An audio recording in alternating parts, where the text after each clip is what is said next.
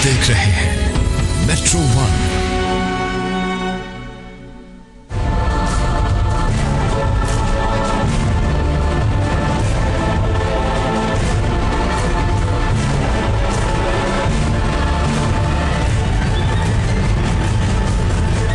जी नाज़रीन, तो हम वक्फे से लौट आए हैं और हम बात वहीं से दोबारा शुरू करेंगे। मैं फारूकी साहब से उनकी राय लूँगा कि दरअसल तलबा तंजीमों का मकसद ये हरगिज़ नहीं है कि वो वायलेंस को क्रिएट करें, बल्कि वो पॉलिटिकल इन्फ्लुएंस जो है उससे मुतासिर सिर्फ इस वजह से होंगी कि वो उन पर गलत तरीके से उनको इंटरफेयर करेंगे, बल्कि असल मसला यही है कि एक अच्छे लीडर पैदा किए जाए। तो इसमें फारूकी साहब आप क्या कहेंगे? डॉक्टर फैयाज साहब की दो बातों पर मेरी थोड़ी रिजर्वेशन है। जी जी बिल्कुल। एक तो ये है कि जब आप कंपेयर करते हैं पिछले दौर से अगले दौर को, तो आप सिर्फ इंस्टीट्यूशंस में उसको कंपेयर ना करें। सही। आप पूरे मुल्क पे दूसरी जगहों को भी कंपेयर करें। सही। तो अगर दूसरी जगह कंपेयर करेंगे तो वो आप देखेंगे कि मुल्क के इस वक्त हालात कितने खराब हैं। इससे पिछले दौर में भी बहुत खराब थे। और 84 की बात है, 84 से पहले तो अगर कोई चाकू निकाल लेता था तो कॉलेज बंद हो जाया करता था। ये एक जनरल ट्रेंड था। सही। मुल्क के अंदर भी कोई वहां बंद क्लाशंकोव नाम की कोई चीजें नहीं होती थी। ये सब उस दौर के बाद पैदा हुई है। और ये सब अफगानिस्तान हिस्ट्री हमें देखना पड़ेगी। अफगानिस्तान का जो दौर चला है उसके बाद क्लाशंकोव कल्चर डेवलप हुआ। क्लाशंकोव कल्चर की वजह से फिर ये मसाइल पैदा हुए हैं। सही। अच्छा, यूनियन के मैं खिलाफ नहीं हूं, मैं आपको ऑनेस्टली बता रहा हूं, मगर दूसरी मेरी रिजर्वेशन जो है उन्होंने एक टर्म इस्तेमाल किया कि पॉलिटिकल पार्टीज को की नर्सरी बनना पड़ेगी स्टूडेंट्स को। I disagree, totally I disagree. सही। मैं बहुत शदीद इसके मुखालिफ हूं कि अगर आप ये तय कर लें कि स्टूडेंट, अगर देखिए पॉलिटिकल पार्टी बाहर है, बिल्कुल ठीक है, हालात जो भी चल रहे हैं आप अपने बच्चों को सीने से लगा कर चलते हैं। एडमिनिस्ट्रेशन का काम यही है। प्रिंसिपल अगर फंस के मैं किसी कॉलेज का हूं या प्रोफेसर हूं तो मेरा काम यह है कि बच्चा मेरे साथ साथ चले। तो चाहेगा किसी अपने सीने से लगा कर चलूंगा। बेटे उनको संभालना है, उनको पूरा प्रोटेक्ट करना जिम्मेदारी इस तरह से है कि आप पुलिसमैन तो नहीं बन सकते, मगर कोशिश कर सकते हैं कि भाई हालात से ज्यादा बचे। मगर मुझे जब पता होगा कि ये बच्चा किसी पॉलिटिकल पार्टी का नर्सरी का पैदावार है तो बच्चा मेरी नहीं सुनेगा, वो उसकी सुनेगा जिसके थ्रू वो आया है। और इसी वजह से ये बहुत बड़ा फैक्टर है वायलेंस का। तो हमें इसमें थोड़ा सा पीछे आना पड़ेगा कि हमें ये जहन से निकालना पड़ेगा कि अगर नर्सरी किसी पॉलिटिकल पार्टी का कोई बच्चा वहां पढ़ रहा है और वो उस पर ही डिपेंड करके हमारे इलेक्शंस में या कॉलेजों के इलेक्शन में इन्वॉल्व होगा तो उसमें फिर खतरात बढ़ जाते हैं। हमारी कोशिश होना चाहिए कि जितनी भी पॉलिटिकल पार्टीज हैं इंस्टीट्यूशंस में अपने पॉलिटिक्स को इन्वॉल्व ना करें। ठीक है, अगर थोड़ा बहुत उनका इन्फ्लुएंस अगर है तो वो यानी उसके लिए प्लस पॉइंट होना चाहिए। मतलब वो एडमिनिस्ट्रेशन के साथ आए, कोऑपरेट करें और पॉलिटिकल लीडर्स आए उनको कोऑपरेट करें हर जगह से। मगर स्टूडेंट्स को कंट्रोल जो है वो एडमिनिस्ट्रेशन के हाथ में होना चाहिए, पॉलिटिकल पार्टीज के हाथ में नहीं होना चाहिए। उससे फिर मसाइल ज्यादा बढ़े। और आजकल तो हालात इतने खराब हैं कि अगर हर पॉलिटिकल पार्टी का अगर वहां पर तंजीमें होंगी तो उनमें जो खाड़ पछाड़ होगी उससे फिर माहौल बहुत खराब हो जाता है उसमें। और इसी वजह से अभी तो देखिए ना, जैसे डॉक्टर साहब ने मेंशन किया कि ऐलान तो हो चुका है मगर हिम्मत क्यों नहीं पड़ी है।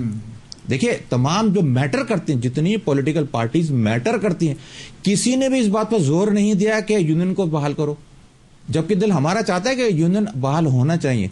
मगर कोई भी पॉलिटिकल पार्टी इस पर जोर नहीं दे रही है, वरना खुलेआम करना चाहिए सबको। वो खुलेआम इसलिए नहीं कह रहे हैं कि वो हालात देख रहे हैं, हर तरफ धमाके हो रहे हैं, परेशानी हो रही है, फिर उनको खतरा भी है हर पार्टी को कि भाई ये अगर जो इन्फ्लुएंस होंगी पॉलिटिकल पार्टी से तो तालीमी इदारे जो है ना वो बहुत बुरी तरह से उसमें असरअंदाज हो सकता है उस पर। ये वजह है।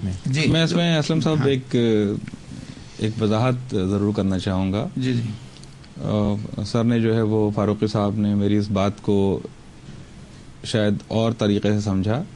मैंने ये हरगिज़ नहीं कहा कि जो यूनियन का मकसद जो है ना वो सियासी जमातों के लिए लीडरान की तैयारी है।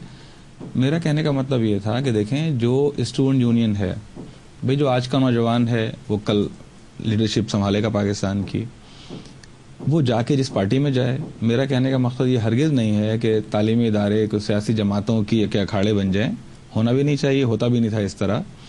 असल बात यह है कि देखें मैं बात कर रहा हूँ नज़रियाती सियासत की। एक आदमी की सियासत इस बात पर है कि मेरी ज़ुबान क्या है, मेरी नस्ल क्या है, मेरा इलाका कौन सा है اور میرے فرقہ وارانہ میرے خیالات کس قسم کے ہیں. ایک آدمی کا نظریہ یہ ہے کہ نہیں جی اس ملک کو کس بنیاد پہ چلایا جائے. دیکھیں نا, دنیا بھر میں نظریات کی بنیاد پر سیاست ہوتی ہے. یہ بدقسمتی ہے پاکستان کی اور تیسری دنیا کے ممالک کی کہ ان کو چھوٹے چھوٹے ایشوز میں الجھا دیا جاتا ہے اور آدمی کا پھر کینوس بڑا چھوٹا ہو جاتا ہے. مطلب وہی مسئلہ, میرا کہنے کا مطلب یہ ہے کہ دیکھیں اس بات پر تو بالکل یکسو ہونا چاہیے ہم سب کو کہ تعلیمی اداروں میں سیاسی جماعتوں کا کوئی کردار نہیں ہے. جی بالکل, اصل چیز جو طلبہ رہنما ہوا کرتے تھے ان کا ایجنڈا کوئی ملکی پالیٹکس تو نہیں تھا بھائی. وہ تو تعلیمی اداروں میں طلبہ کے مفاد کے لیے, طلبہ کی بھلائی کے لیے, اپنے تعلیمی ادارے کی بھلائی کے لیے. دیکھیں نا, میں نے جس تعلیمی ادارے سے تعلیم حاصل کی سندھ میڈیکل کالج, وہ تو بنا ہی ڈاؤ میڈیکل کالج کی ایک یونین کی کوششوں سے تھا. کراچی کی آبادی بڑھ گئی تھی, کراچی میں صرف ایک میڈیکل کالج تھا, وہاں کی ایک یونین جیتی. ان کے لوگوں نے مل کے سوچا کہ بھئی یہ جو ایک چھوٹے سے کمرے میں ہمارے اتنے سارے اسٹوڈنٹ آتے ہیں, ہماری فیکلٹی بھی کم ہے, تو کیوں نہ کراچی میں ایک میڈیکل کالج اور قائم کیا جائے. تو اس یونین نے ایفرٹس کی, انہوں نے منسٹر سے ملے, اپنی ملاقاتیں کی, اور کیونکہ ان کا ایک انفلوئنس تھا انہوں نے اپنی بات کو صحیح طریقے سے سمجھایا. وہ اسٹوڈنٹس کے منتخب قیادت تھی. اس کے نتیجے میں بھٹو صاحب کے زمانے میں پھر یہ سندھ میڈیکل کالج قائم ہوا. یہ بالکل نہیں ہونا چاہیے, میں بالکل اتفاق کرتا ہوں, میری اپنی بات بھی یہی ہے. میرا کہنا لیکن یہ ہے کہ جو تعلیمی ادارے ہیں, خاص طور پر پروفیشنل تعلیمی ادارے, میڈیکل کالج, انجینئرنگ یونیورسٹیز اور یونیورسٹیز, ان میں طلبہ تنظیمیں, جو طلبہ یونینز ہونی چاہیے, ان کے باقاعدہ الیکشن ہونے چاہیے. جو لوگ آج وہاں الیکشن لڑیں گے وہ جمہوری مزاج سیکھتے ہیں, وہ جمہوری کلچر سیکھتے ہیں, وہ ہار اور جیت کا جو ایک وہ برداشت کرنا, وہ ٹالرنس سیکھتے ہیں.